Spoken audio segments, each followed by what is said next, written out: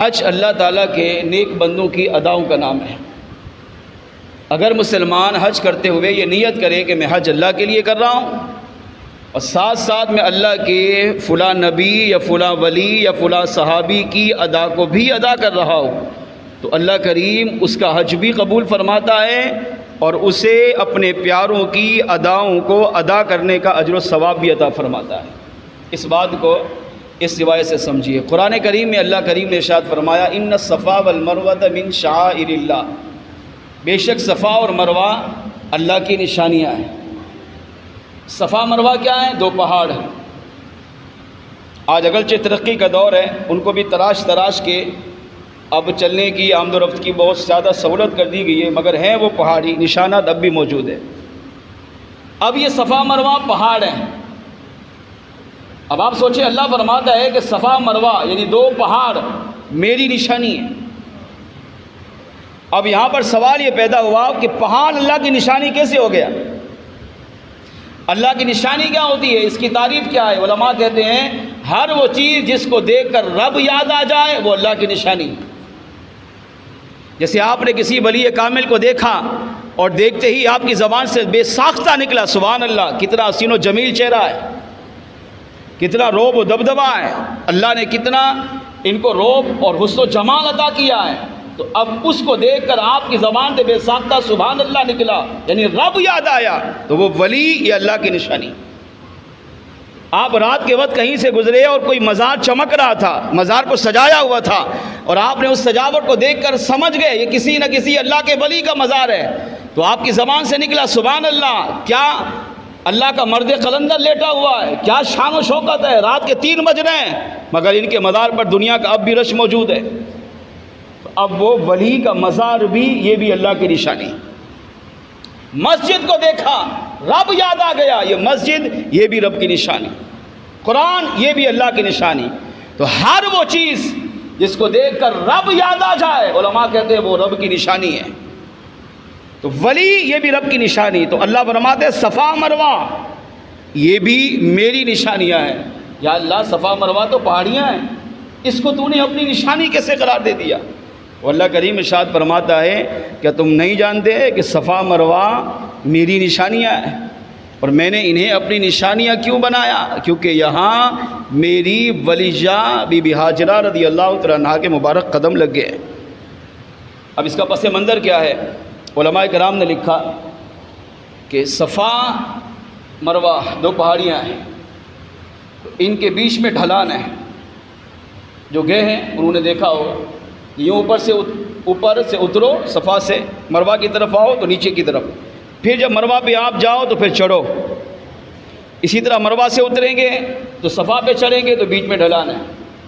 اس ڈھلان والی جگہ پر 2 کافروں نے بدکاری کی، ایک مرد تھا جس کا نام تھا اساف، اور ایک عورت تھی جس کا نام تھا نائلہ۔ ان دونوں نے مل کر اس جگہ پر چھپ کر زنا کیا، بدکاری کی۔ تو اب کیونکہ یہ جگہ برکت والی تھی، اللہ نے فرمایا صفا مروہ میری نشانیاں ہے، مگر اس جگہ بدکاری ہو گئی ہے، تو اللہ تعالیٰ نے ان کو بطور سزا دونوں کو بت بنا دیا۔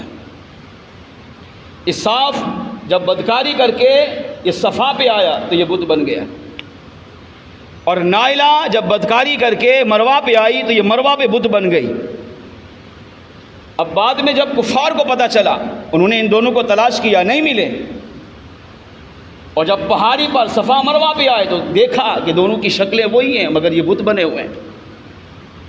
تو اب کافروں کے دل میں ان کی محبت اور بڑھ گئی۔ کیوں؟ کیونکہ کافر بتوں کو ہی تو خدا سمجھتے ہیں، وہ انہیں کو جھوٹا خدا سمجھتے ہیں، تو اب وہ بت بنے زانی اور زانیہ، تو ان کے دل میں اور محبت و عقیدت بڑھ گئی۔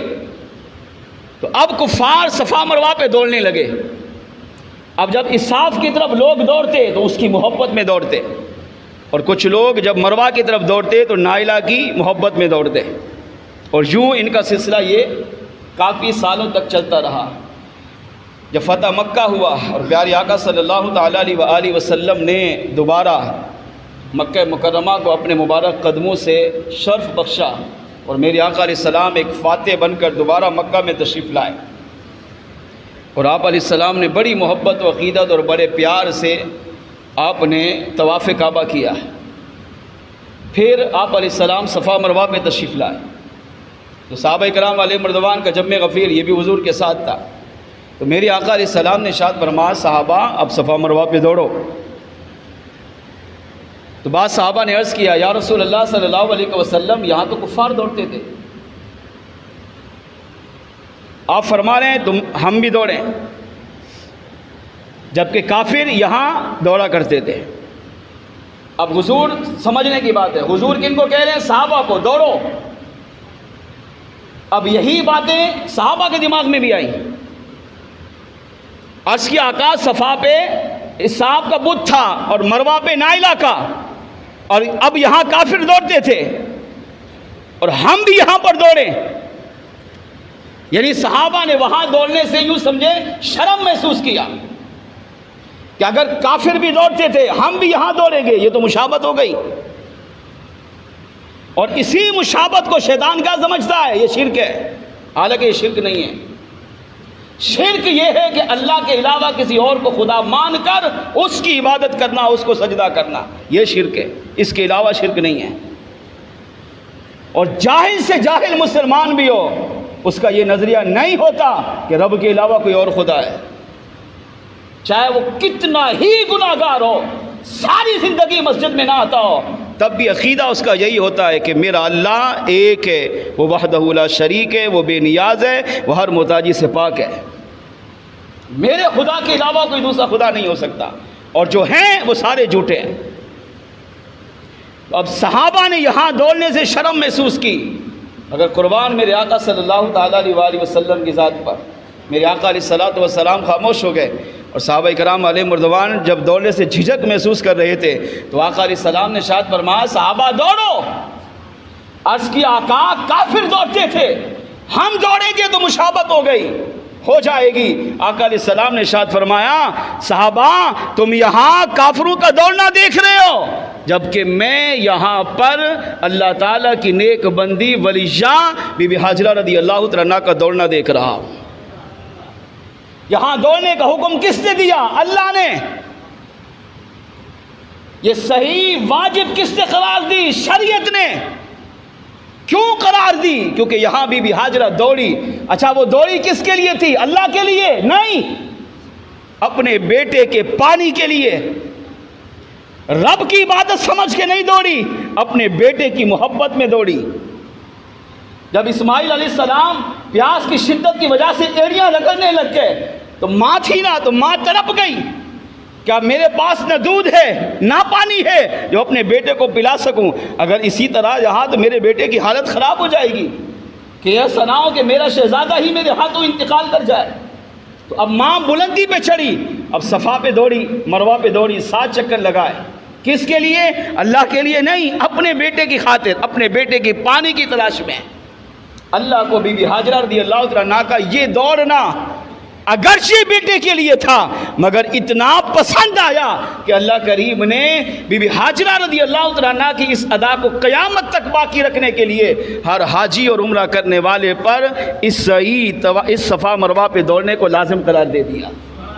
تو آقا علیہ السلام نے ارشاد فرمایا صحابہ صفا مروہ ٹھیک ہے، اب یہاں کفاروں کے بت تھے اب نہیں ہیں، یہاں انہوں نے بدکاری کی اب نہیں ہے، انہوں نے اس جگہ کو گندا کیا مگر اب یہ جگہ پاک ہے، اب اسلام آ گیا ہے. اسلام نے مکے کو بتوں سے پاک کر دیا، کعبۃ اللہ کو بتوں سے پاک کر دیا، صفا مروہ کو بتوں سے پاک کر دیا. لہٰذا اب تم دوڑو، اور اس دوڑنے میں کفار کو نہیں دیکھو کہ کافر دوڑتے تھے، بلکہ یہ دیکھو کہ یہاں اللہ کی نیک بندی کے قدم لگے ہوئے ہیں.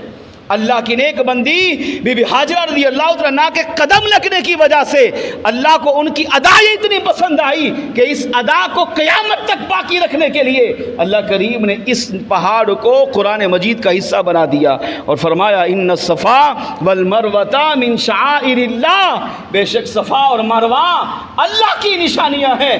اللہ کو بی بی حاجرہ کے اس دوڑنے کی وجہ سے صفا مروہ کو اپنی نشانی قرار دی اور اپنی آنے والی والی قیامت تک ساری مخلوق میں ہر مسلمان پر لازم کر دیا کہ جو بھی وہاں پر جائے تو وہاں پر دوڑے، اگرچہ اس کی نیت یہ ہو کہ میرا دوڑنا رب کے لیے ہے، میں اس لیے دوڑ رہا ہوں کیونکہ شریعت نے لازم کر دیا ہے، مگر ساتھ ساتھ اگر یہ بھی نیت کرتا ہے کہ میں اللہ کی ولیجہ بی بی ہاجرہ رضی اللہ عنہا کی ادا کو ادا کر رہا ہوں، تو اللہ کریم اس کے اس دوڑنے کو بھی اپنی بارگاہ میں قبول فرمائے گا، اس کو اتنا اجر و ثواب عطا کرے گا کہ اس ادا کو، ایک ولیہ کی ادا کو ادا کرنے کی وجہ سے اللہ کریم اس کے مکے مدینے کے حاضریوں کو بھی قبول کرے گا، اور وہاں جا کر جو حج کرے، عمرے کرے، اللہ اپنی ولیہ کے صدقے وہ بھی قبول فرمائے گا۔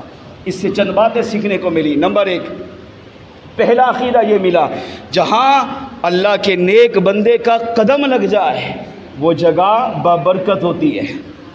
یہاں بی بی ہاجرہ رضی اللہ، پہاڑ ہیں، پہاڑ کے اگر آپ ذاتی طور پر دیکھیں کوئی اہمیت نہیں، اس کے فوائد اپنی جگہ، مگر یہ بابرکت نہیں بن جاتا، مگر اس پہاڑ پر بی بی ہاجرہ رضی اللہ عنہا کے قدم لگے تو عقیدہ یہ ملا، جہاں اللہ کے نیک بندے کا قدم لگے، چاہے وہ صحابی ہو، چاہے وہ ولی ہو، چاہے وہ شہید ہو، چاہے وہ نبی ہو یا امام الانبیاء ہو، جہاں نیک بندے کا قدم لگتا ہے اللہ کریم کو زمین کا وہ حصہ پسند ہوتا ہے، اور اللہ اس ولی کے قدم کی وجہ سے اس کو بھی مقدس مقامات میں شامل کر لیتا ہے۔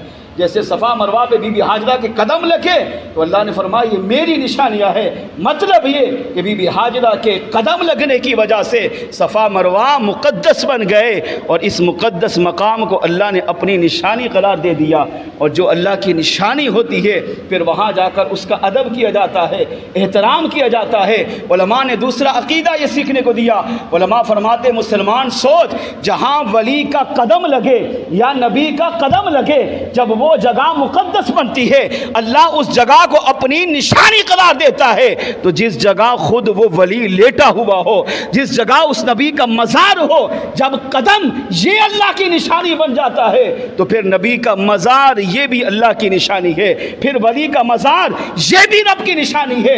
جب قدم نشانی بن سکتا ہے تو جہاں نبی کا پورا وجود ہو، جہاں ولی کا پورا وجود تشریف فرما ہو، نبی کا پورا وجود مسعود تشریف، اور وہ امام الانبیاء کا گنبد خضرا ہو، تو جب بی بی ہاجرہ کا قدم لگے ہوئے پہاڑ یہ رب کی نشانیاں ہیں، تو پھر یہ بھی ماننا پڑے گا کہ مدینہ طیبہ میں سب سے افضل و اعلیٰ جگہ مکین گنبد خضرا کا روضہ یہ بھی رب کی نشانی ہے، یہ بھی سارے مقدس مقامات میں سب سے بڑی مقدس جگہ ہے، کیونکہ یہاں امام الانبیاء بنفس نفیس خود تشریف فرما ہے۔